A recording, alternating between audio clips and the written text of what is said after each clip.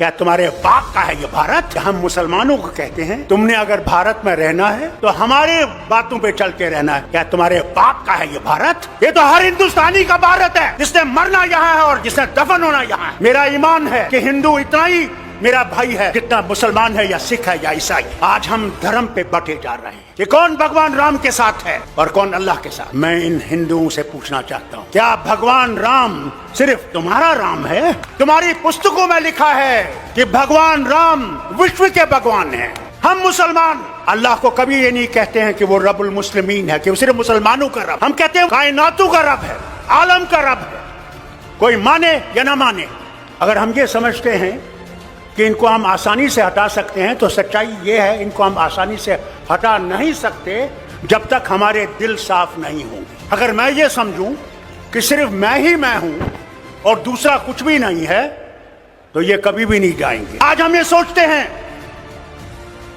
मोदी को निकाल के मैं प्रधानमंत्री बनूंगा। अरे पहले तो उसको निकालो, फिर प्रधानमंत्री की कुर्सी की सोचो। हमें अपने झगड़े भूल जाने। अगर हम अपने झगड़े नहीं भूलेंगे, मैं लीडरों से कहता हूं, तो फिर कभी भी हम इनको नहीं निकाल नहीं सकते। कि अगर हमने देश को बचाना है, पहले अपने आप को कुर्बान करना है। इस देश के लिए हमने कुर्बान करना है, कुर्सी के लिए कुर्बान नहीं करना। कुर्सी देश देगा और देश ही कुर्सी देने वाला है और देश ही कुर्सी से हटाने वाला है। अरे सच तो बोलो, कभी तो सच बोलो। क्या डर नहीं है मरने का?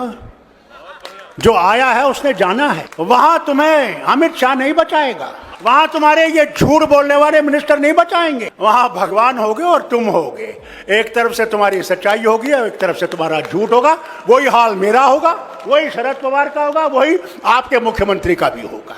हमारे यहाँ भी एक जमाने में फिरौन होता था और फिरौन अपने आप को खुदा कहता था। दिन में वो खुदा होता था, रात को जब रात होती थी तो फिर कहता था खुदा तू ही है, मगर मैं क्या करूं, मुझे इन्हें खुदा बना दिया है। अरे कुदरत से डरो, कभी तुम्हारा भी हशर ये ना हो जाए कि तुम सारे चीजों को लेकर उसी दरिया में डूब जाओगे। कोई धर्म बुरा नहीं है, इंसान बुरा है, धर्म बुरा नहीं है। अगर देश बचाना है तो हमें अपने आप को कुर्बान करके इस देश को बचाना है और इस मोदी सरकार को हटाना है कि ये कभी वापस ना आए। मैं इनसे कहता हूं, अगर ये वापस आएंगे तो अल्लाह ही जाने इस मुल्क का क्या होगा, वो खुदा ही जानता है। अब आपने दिखाना है और इस मुल्क ने दिखाना है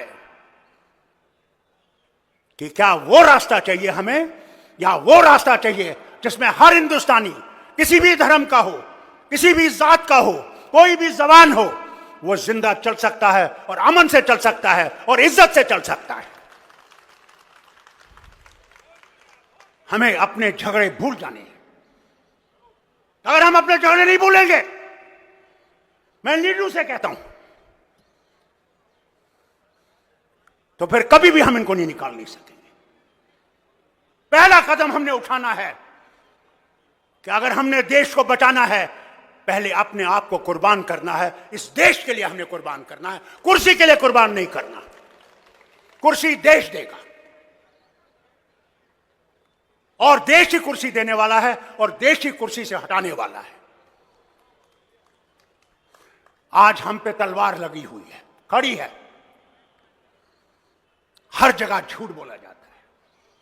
अरे मेरी रियासत का हाल देखो, जहां कहते हैं हमारा संकल्प है कि हर जगह बिजली होगी, हर जगह तार होगी। मैं इनसे पूछता हूं, आपका संकल्प तो बड़ा अच्छा है, आइए देखिए मेरी रियासत में श्रीनगर में बिजली है या नहीं। गांव की तो बात ही नहीं। आइए देखिए, आज 70 साल के बाद भी वाजपेयी जी ने एक बहुत बड़ा कदम उठाया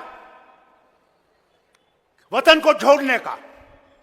सड़कें कश्मीर से कन्याकुमारी तक, महाराष्ट्र से बंगाल तक, पूरी ऐसी सड़कें होंगे जो यूरोप में नहीं हो सकती।